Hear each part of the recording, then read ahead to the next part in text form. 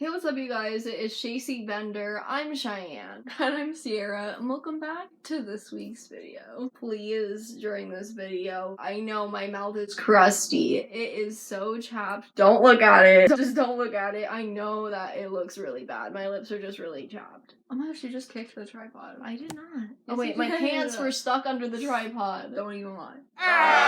So today, we're going to be talking about our favorite episode of My Babysitter's a Vampire. You guys know, if you're subbed, if you've seen our videos before, that we've done another video on this. It's not like the My Babysitter's a Vampire show, but we did a video on the movie. So if you want to go check that out after you watch this. Like, not to be that person, but if you don't know what the movie is, I feel like you should watch our video. Yeah, because then you're not gonna understand. Yeah, I'm not trying to be annoying and like force you to watch another video, but like I feel like if you don't know what My Babysitter's a Vampire is, all I can tell you is there's vampires and magic, and that's it.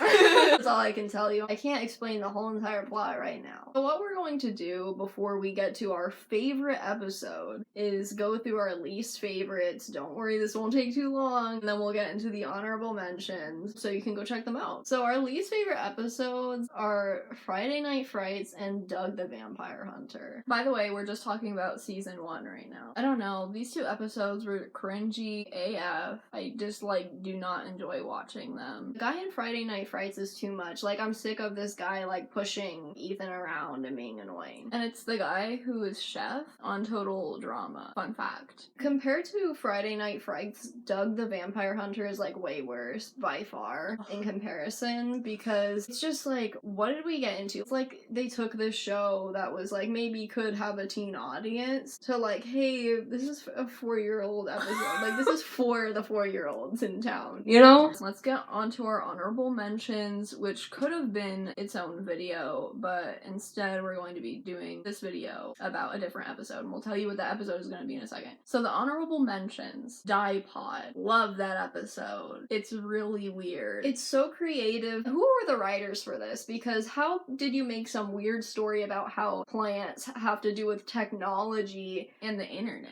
That was so weird. And what happened to Rory, that looked disgusting. Absolutely gross. Go check it out. Amazing episode. Also, Rory needs friends. He's like manipulated in this episode. Kind of sad. I know. Rory doesn't deserve this, you know? Single tear, guys. Our next honorable mention is Smells Like Trouble. I really like this episode, although it does make me uncomfortable, and because of what this episode is about, I think we have to bring up the new information.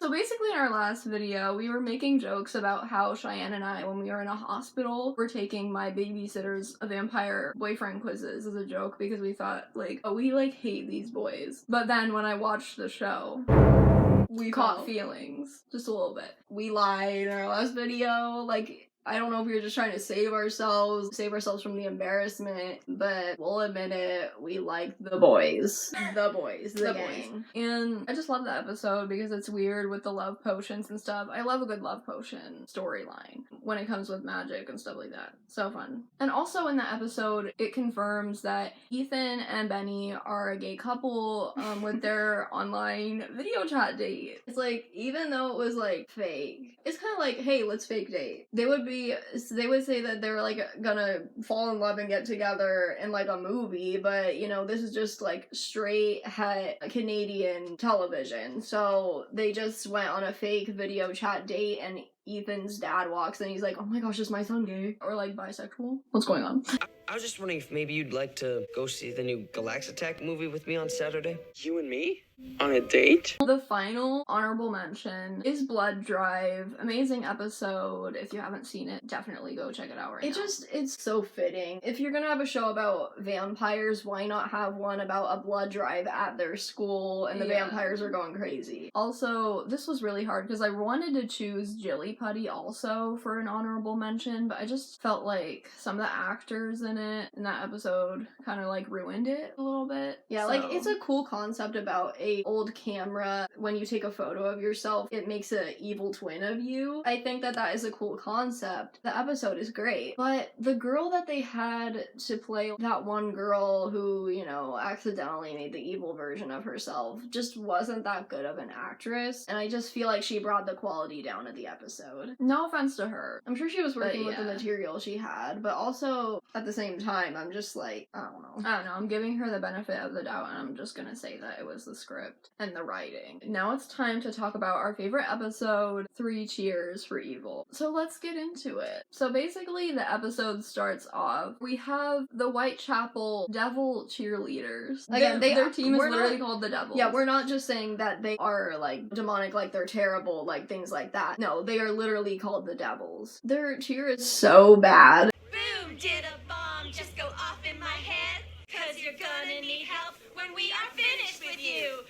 Go Devils! Okay, so I know that we cut it to make it seem worse, but I felt like it was our responsibility to make it worse than it was. Sorry. But basically, they're like the school's cheer team, and they're gonna hold tryouts. Erica wants to join the cheer squad and try out. Sarah starts getting concerned about, like, what are Erica's motives to be on the cheer squad. And so Benny and Ethan are like, you know, you could join too. Obviously, they're pervs, so it's kind of more for other reasons. They're like, we want to see her in that outfit kind of thing. And they're just like... with that music. There's like a weird moment, and I swear, they're like, it's cheer time, guys. I guess that's what it was supposed to be, but gross. Yeah, like, please don't do that ever again. Yeah, like, especially with the music, like, stop. So in the end, Sarah decides to try out for cheerleading because she wants to stop Erica from doing revenge stuff on the cheerleaders, you know, because if you don't know already, Erica, before she turned into a vampire, she used to get, like, bullied, and she was, like, really nerdy. And obviously now that she's a vampire, she just kind of like, I don't know, she seems like a person like, I'm just gonna beat someone up and like suck their blood. She doesn't want her to do some revenge vampy stuff. Because Erica clearly wants to get back at the cheerleaders for bullying her. So Sarah joins the cheer squad. Benny literally says, "Cowabunga, please stop. You are not a Teenage Mutant Ninja Turtle."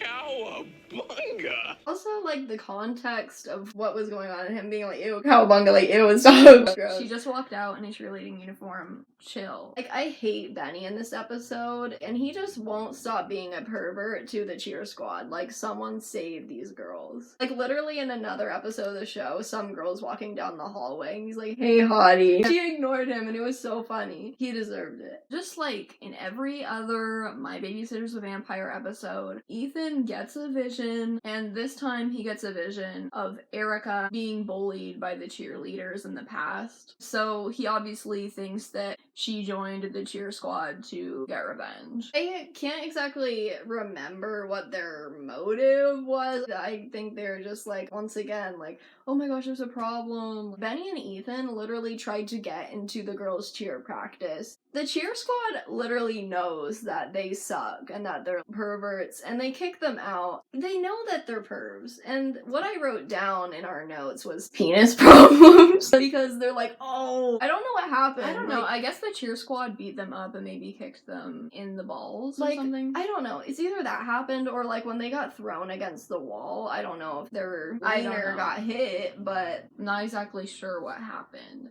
See, there you go. And we have to help those poor, hot, innocent cheerleaders. Did I mention that they're hot? It couldn't hurt to keep an eye on them.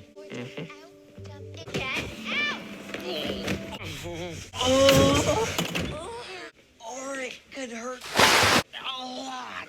you'll soon see that this is their, like, ongoing excuse throughout the rest of the episode for their perverted behavior. And after this, the Bang theme song hits once again, and you just can't help but jam out to it, you know, Girl Next Door by Copper Pot. I listen to that song all the time, not even when I'm watching the show. I just love that song. It's like, go stream it. For me. So basically, basically, Benny and Ethan get the idea to dress up like girls and join the cheer squad. So we get Betty and Veronica, the icons, out of it. By the way, I think they look great as girls. They do. But just for clarification, just so you know if you haven't seen this episode or something, Betty is Benny and Veronica is Ethan. Then Rory shows up and again he thinks that they're girls and is like, well, hello there, foxy ladies. And so he kind of falls in love with Betty and Veronica. He's like really gross. It's like, please don't touch them. Once they tell him their names, Rory literally touches them and he goes, Sweet. So much easier than remembering Angel 1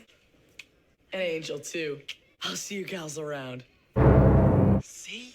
Okay, fine. It's like, don't touch them. F you. Like Rory was always like the most decent one. Why is he doing this? He's never done this before. why do I like these characters? Please make it stop. And even worse, I'm asexual, and it just adds to what's so bad about me liking these characters. But anyway, they make it into cheer practice, dressed as girls, and Ethan gets, yet again, another vision of people passing out at the pep rally that's coming up. And so because of his whole thing where he really believes that Erica joined to get revenge, Ethan believes that the vision was that Erica probably sucked literally the whole school's blood, I guess, and they like passed out. Then afterwards they're like, oh, we gotta go tell Sarah about the vision to let her know what's going on. But Sarah went into the girls' showers, into the locker room. Ethan even says that, I believe, and like Benny, once again, pervert Benny, is like, but lives are at stake, in a way that is like, this is our excuse, let's go into the girls' locker room to see them. Anyway, Sarah's like, you two are ridiculous, like, please leave once they go in there. So she literally said, like, go take a shower, but then Benny walks in further into the locker room and she's like, at home! Leave! Like, you are not allowed to be in the girls' showers. Like, please leave the premises. Like, get out. Stop. And so, I guess it's the next day, or maybe later that day, Benny and Ethan are at lunch at school, and I don't know, there's this weird scene where they're like pop and lock. They're talking about, you know, cheerleading. I was like, man, they're really getting into this. They love it. I never knew cheer routines could be so tricky. Am I rotating my hips too late before I pop and lock? You know, I didn't want to throw you off, but you have to rotate from the core. What am I saying? What? You maybe think for half a second, maybe they don't have fragile masculinity, but you know them, so you know that they do. It's just because they're pretending to be some random girls. But I really did appreciate how much they got into it. Yeah, they're like, do the move right for cheer. Rory appears once again. By the way, he's in his mascot costume. He dresses up like a devil. Like, this whole town is demonic. Like, what is wrong here? Basically, he decided to be the mascot just so he can watch cheerleaders because he's a pervert as well. He starts talking about Betty and Veronica with Benny and Ethan, being like, oh my gosh, Betty was hot, but like Veronica was not.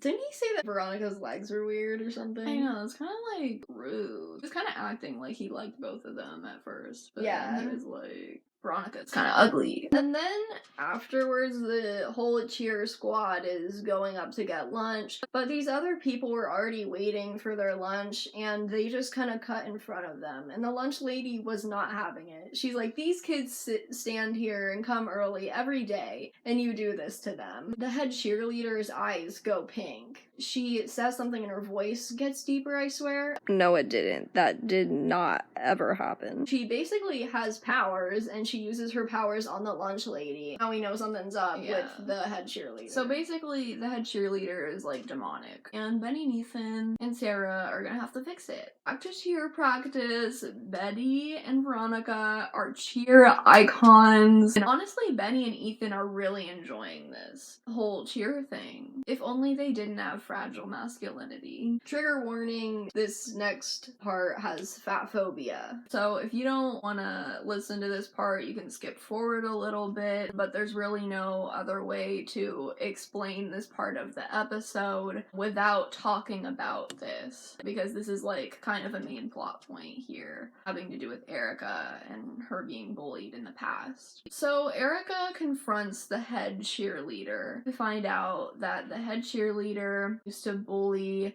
Erica about how much she ate. You don't remember me, do you? You girls used to trip me and tease me about how much I ate. Well, I still have a healthy appetite, only a slightly different diet. Erica gets really mad at her during this conversation because all those emotions are like flooding back to her and her fangs come out. She's like ready to fight. She's ready to attack the head cheerleader. Something happens off screen. We can only assume that the head cheerleader used her powers on Erica. So yeah, it happens off screen, but Sarah did witness what happened. Benny and Ethan might have been at Ethan's house. Benny recognizes the cheer that they were going to do at the pep rally. Oh wait, I know it. We're forces of nature. That's what makes us star. We might look like girls, but that's not all we are. And Benny's like, that's a spell. You know, pentagram stuff. They realize that the head cheerleader is a witch girl devil thing and wants to take the souls of the whole student body. The cheerleaders, for some reason, want to have a slumber party with Betty and Veronica. The whole entire cheer squad shows up at Ethan's house to have a sleepover. And we get this whole cringy scene. Benny and Ethan were super into it. But Sarah is acting different at the sleepover because she's under the head cheerleader's spell. Because she would definitely, like, normally not enjoy something like this, but she was, you know, like, oh, this is so fun. And then I swear she said, you know, the head cheerleader is actually kind of nice to you. Unless you're ugly. Yeah, that was very weird. But then a pillow fight starts happening. I don't know why Benny and Ethan, I don't know if they thought it was hot. Yeah, or, they like, were what just was going so on. amazed by watching these girls have a pillow fight. But I swear, one of them said, This is literally the coolest moment of my life.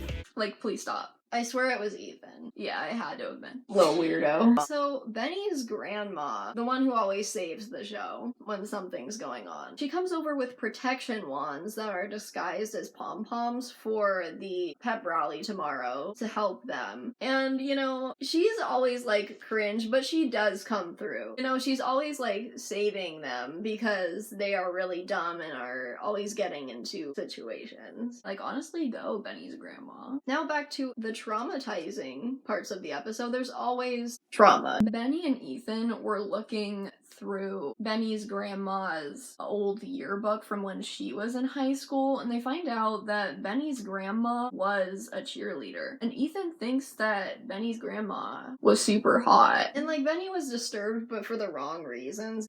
Wow, your grandma was hot. Are you trying to ruin the word hot for me forever? People are saying that he is asexual. I can tell you right now, that's not true. Who literally uses the word hot in an unironic way? Especially when talking about a person. There was a picture of the current head cheerleader in the grandma's old yearbook. And she wrote an immortality symbol in the grandma's yearbook, which explains why the head cheerleader is still 17. Basically, she wrote this mean message about how they will pay for not letting her on the cheer squad back then and for bullying her and all this stuff. It's the day of the pep rally, and Ethan just can't stop talking about how hot Benny's grandma is. Like, he, like, literally just won't stop. Every second, you know, Benny just gets more traumatized because of Ethan. Which is usually the roles are reversed, you know? Yeah, this is so out of I character don't for know. Ethan. It's like, of course, like, all three of the main boys are pervs, but, you know, when I think of, like, Ethan, I don't think pervert, you know? Yeah, me either. When it comes to Benny, I'm like, spellcaster perv. That's kind of what comes to mind. So the pep rally begins, and the girls start chanting the spell. I don't even know what it was, but it gets into this part. It's like, immortalis, right? No, they were just saying immortality. No. What? Can we not? I'll pull up Netflix right now. No, and show let's you. not talk about stuff. Don't fight. Jesus is watching. Right. Don't fight me. Ignore my nasty wet hair. But I'm gonna go find the clip and we'll see who's correct. Good enough. Immortality. How are your feelings about being wrong? I have no feelings. I have no comment. Leave me alone. You have to feel like something. Ow!